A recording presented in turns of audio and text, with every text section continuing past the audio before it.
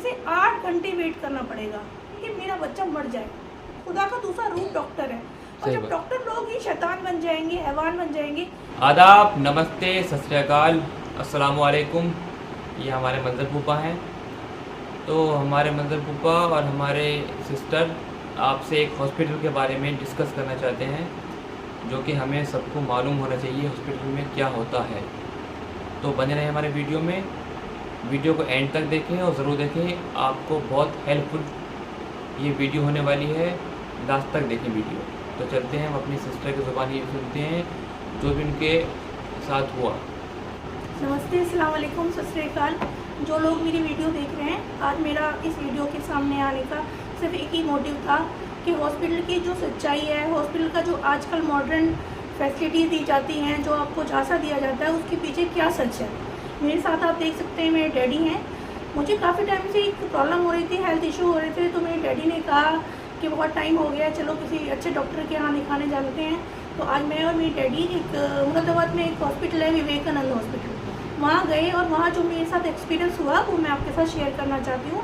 और वो एक्सपीरियंस सच में बिल्कुल भी ठीक नहीं था। और इस वीडियो के माध्यम से, इस वीडियो के थ्रू फिर मैं ये एक मैसेज देना चाहती हूँ, कोई डॉक्टर है, कोई स्टाफ है जो विवेकानंद से जुड़ा हुआ है, वो मेरी वीडियो वहाँ तक पहुँचाए और वो सिर्फ ये दिखाए कि हम सिर्फ एक डॉक्टर हैं। पेशेंट हमारे पास सिर्फ एक फेथ से, होप से, ट्रस्ट से आता है, और हमें वो नहीं करना चाहिए जो मेरे साथ हुआ। और मैं आपको आने वाले टाइम में बताने जा रही हूँ कि मेरे साथ क्या क्या हुआ। आज 6 मई 2024 है। हम तैयार होकर विवेकानंद गए। मैंने एक टैक्सी हायर की। उस टैक्सी का रेंट भी बहुत ज़्यादा था। उस टैक्सी वाले ने ये कहा कि अगर आप वहाँ पर ज़्यादा रुकेंगी तो जो फेयर है, मतलब जो रेंट है, किराया है, पर आवर यानी 1 घंटे के अकॉर्डिंग इंक्रीज़ होता रहेगा। अब मुझे तो पता नहीं था वहाँ पे कितना टाइम लगेगा, लेकिन मुझे ज़रूरत थी, मुझे जाना था, मुझे हेल्थ इशू हो रहे थे, तो मैंने उसकी कंडीशन को फेस कर लिया और कहा कि भाई मैं एग्री हूँ, चलो चलते हैं। 9:30 अप्रोक्स 10 बजे यहाँ से निकल गए। फिर वहाँ जाकर मैंने एक OPD बनवाई।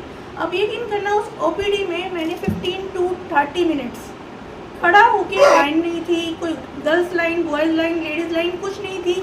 फिर भी मैंने रिक्वेस्ट करके अपना नंबर किसी भी तरीके से मैनेज किया। हाइपर हो रही थी, इतना गुस्सा आ रहा था कि इतनी देर कैसे एक पेशेंट खड़ा हो सकता है, लेकिन फिर भी मुझे ज़रूरत थी तो मैंने पेन बर्दाश्त किया। लाइन में मैं खड़ी रही, क्यू में, और उसके बाद मैंने अपनी OPD बनवाई 500 रुपीज़ की। और वो OPD थी, एक ऑर्थोपेडिक सर्जन थे, doctor Shariq. I repeat once again, doctor Shariq, जो शायद संभल में भी कहीं अपना पर्सनल हॉस्पिटल चलाते हैं। उसके बाद जब हम गए रूम नंबर 9 में, तो डॉक्टर वहाँ पर नहीं थे। वहाँ से पता चला कि वो शायद ग्राउंड पर है।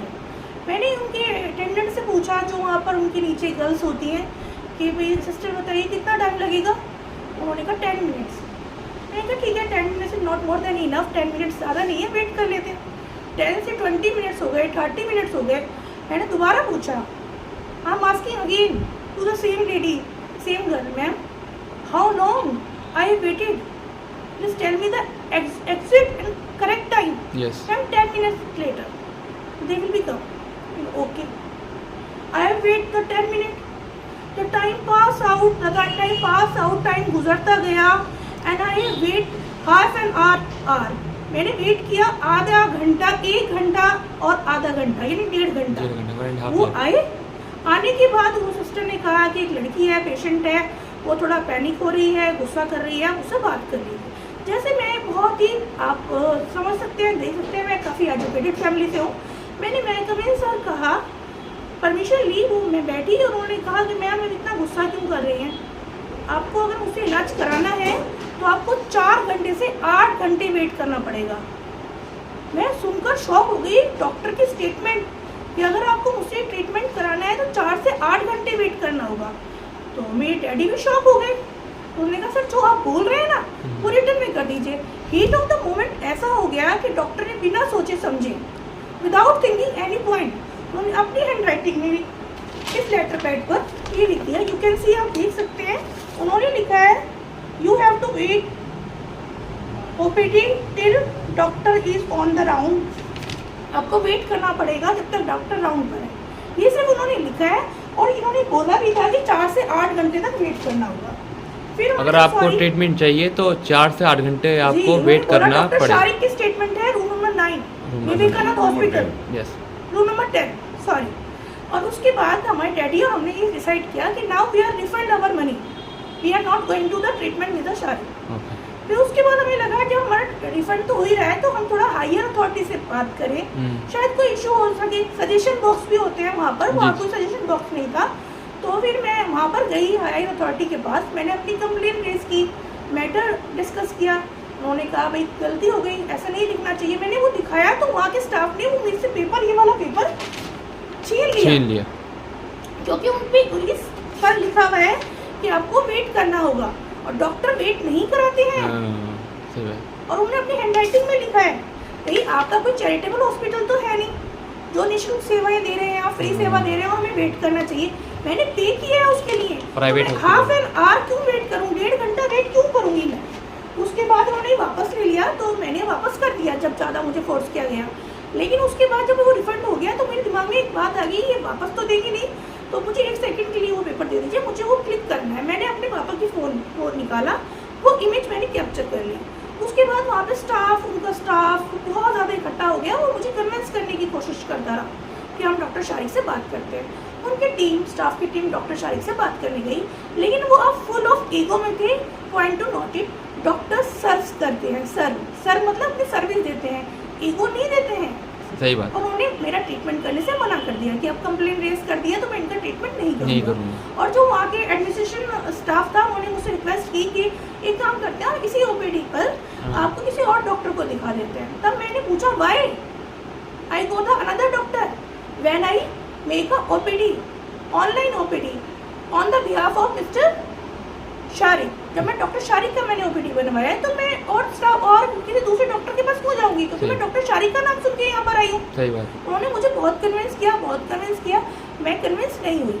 लास्ट में आके जब मैं घर आई, मैंने लंच किया, थोड़ा रेस्ट किया, मेरे माइंड में आया कि मुझे एक ईमेल डालना चाहिए, एक कंप्लेंट रेज करनी चाहिए। वो मैंने कर दी ईमेल रेज विवेकानंद हॉस्पिटल को। और वो विवेकानंद हॉस्पिटल एक स्पेशलिस्ट हॉस्पिटल है, तो वो तो छोड़िए स्पेशलिस्ट तो उसकी कुछ थी नहीं। लेकिन मैं ये कहना चाहती हूँ अगर ये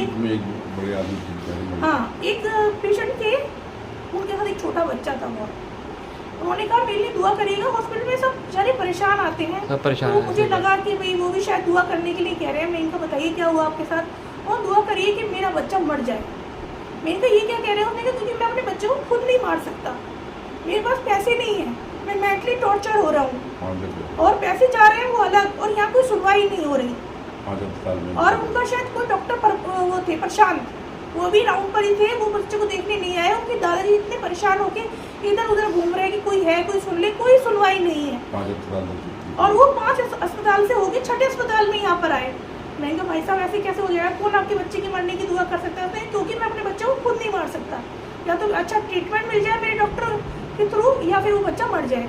सबने उनको सिंपैथी दी, कॉन्डोलेंस की कि नहीं सब कुछ ठीक हो जाएगा। लेकिन जब मेरा पेशेंस लेवल ख़त्म हो गया तब मैंने विद रिगार्ड्स, मैंने कोई बदतमीजी नहीं की, मैंने कुछ नहीं कहा, मैं चुपचाप वहाँ से आ गई। तो काफ़ी लोगों ने मुझे कन्विंस किया कि आप ऐसे मत जाइए, पेपर मुझे वापस कर दीजिए।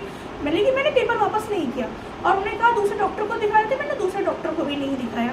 तो बस मेरा ये वीडियो में आने का, ये वीडियो बनाने का, या मिस्टर जो रज़ा है सिरसिवी ब्लॉगर है उनको बुलाने का सिर्फ अपने घर में यही एम था कि मैं रियल में बता सकूं कि एक पेशेंट जब जाता है ना तो एक होप से जाता है, एक ट्रस्ट से जाता है। सही बात है। उसे एक उम्मीद होती है कि मैं हॉस्पिटल में जाके मेरा ट्रीटमेंट होगा, मुझे थोड़ा सा रिलैक्स मिलेगा, वर्ड से थोड़ा दवाई से मुझे रिलैक्स किया जाएगा, मैं सही जगह पहुंच जाऊंगा। जी जी। क्योंकि जो डॉक्टर होते हैं वो गॉड होते हैं, भगवान का दूसरा रूप होते हैं, दूसरे नंबर पे आते हैं, खुदा का दूसरा रूप डॉक्टर है।